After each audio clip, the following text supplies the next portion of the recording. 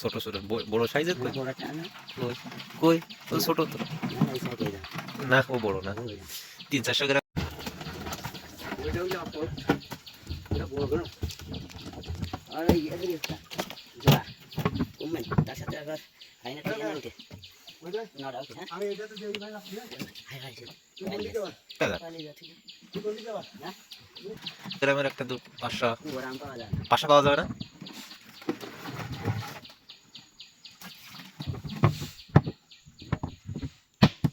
যে আনলে যা থাকবে। এই যে যেটা বানতেছেন হ্যাঁ, ও ছোট। ছোট হলে সেগুলো সমস্যা। হুম, তো এইগুলো ওই সাইজ আর এই সাইজ একটু দাম বেশি।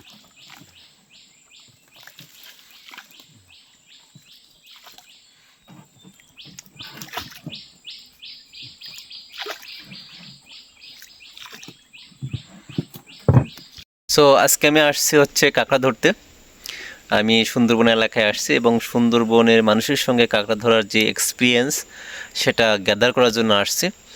এবং আপনারা দেখতে পাচ্ছেন আমি একটি নৌকায় বসে আছি এবং এটি হচ্ছে সুন্দরবনের মধ্যে একটি আপনার খাল।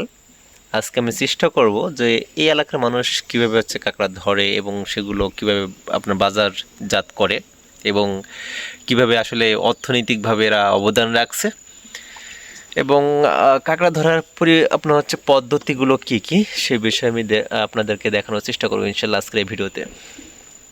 দেখতে থাকুন। সো এই যে আপনারা দেখতে পাচ্ছেন কাঁকড়া ধরে আসলে এখানে রাখা হয়েছে নৌকার ভিতরে। আমি একটু আপনাদেরকে দেখানোর চেষ্টা করতেছি এবং হাত দিয়ে ধরার চেষ্টা করতেছি যাতে করে আপনারা বুঝতে পারেন যে আসলে এটা এআই না, লিগ্যাল। যা হোক,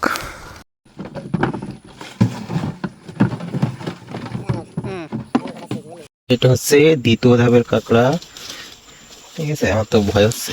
সব মিলিয়ে 30-40টা হয়েছে। পানিটা 10 যাচ্ছে দেখতেছি। আচ্ছা ঠিকই দে, শেষে দেখা যাক ক কেজি হয়।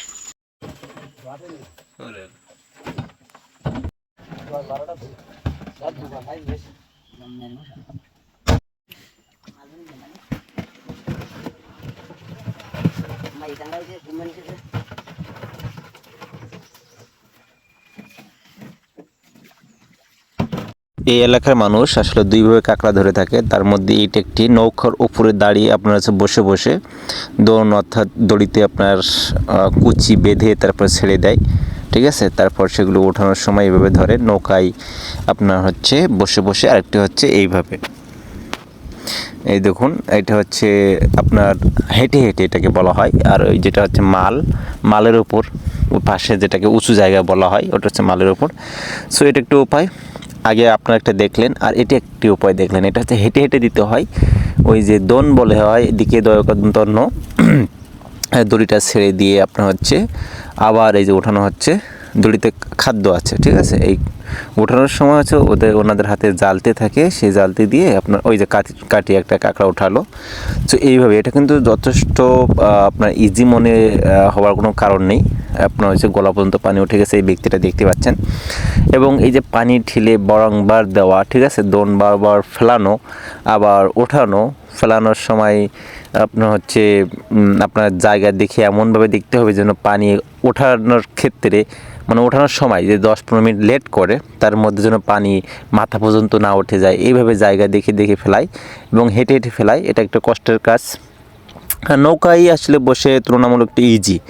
সো এই ব্যক্তি দেখছেন আপনারা যে ওঠাচ্ছেন, আপনার দোন ওঠাচ্ছেন। আসলে দড়িতে খাদ্য বেঁধে দেওয়া অর্থাৎ কুচি বেঁধে দেওয়া বা চারা বলা হয় এলাকায়, সেটা বেঁধে দিয়েছিল, দিয়ে দড়িটা ফেলে দিয়েছিল আপনার নদীতে বা নদীর খালে।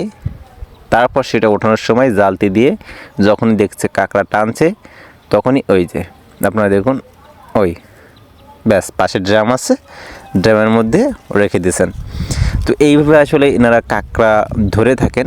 আর একটু আগে তো আরেকটা পদ্ধতি দেখালাম, ওই যে চলে গেল মিস। যা হোক, এটা বড়ো কাঁকড়া ছিল, লাস্টে যেটা চলে গেছে। আর এমনটাই হয় যেটা চলে যায় সেটা বড় হয়। তো এই এলাকায় এটা হচ্ছে দুটো উপায় দেখলেন। এছাড়া আপনার থুপা দেওয়া বলা হয় যেটা, সেটাও দিয়ে থাকেন। তো বিভিন্ন উপায় আসলে কাঁকড়া ধরে থাকে। আমার শব্দ শুনুন।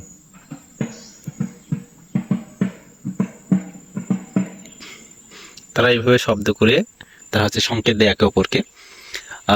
আপনারা দেখতে পাচ্ছেন বা শুনতে পাচ্ছেন তাদের শব্দ, তারা কখনো কখনো মুখ দিয়ে শব্দ করে। অর্থাৎ তারা যখন 2-3 জন আসে, তারা তখন 2 থেকে মানে 2-3 প্রান্তে তারা হচ্ছে আপনার ছড়িয়ে ছিটিয়ে যায়, তখন সংকেত দেয় যে তারা আসলে তাদের যে কাঁকড়া ধরার যে এটাকে বলা হয় দোন বলা হয় এদিকে, দয়কা দন্তন্য।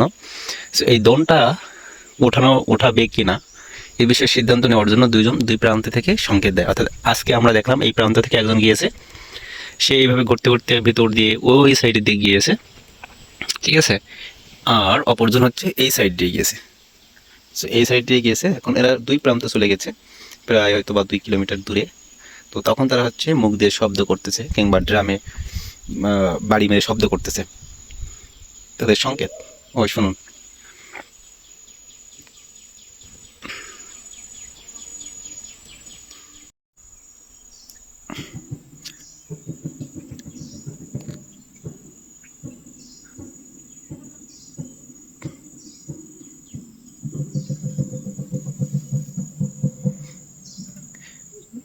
আমার সাইজ কালকের মতো হলো, কালকের সাইজ একটা অন্যরকম সাইজ কালকে যথেষ্ট সাইজ হয়ে গেল, যা ওই ডবলের সঙ্গে গেলো 6টা 7টা। এই হলো অবস্থা সুন্দরবনের মধ্যে এসে, ক্লান্ত শরীর, নৌকার উপর আছে শুয়ে। মানুষজন সব কাঁকড়া ধরতে গেছে, মোবাইলটা পানিতে পড়ে গেলে যাবে গা। জীবন যেখানে যেমন সেখানে তেমন। হ্যাঁ ওই বাড়ে ওই কোণে বাইরে আছে তাহলে আবার এই গাড়া তাহলে তোমার যাই বলি দুনের দিন ওইদিক যাতে দেরি পানি দুটো তো দেখছে না।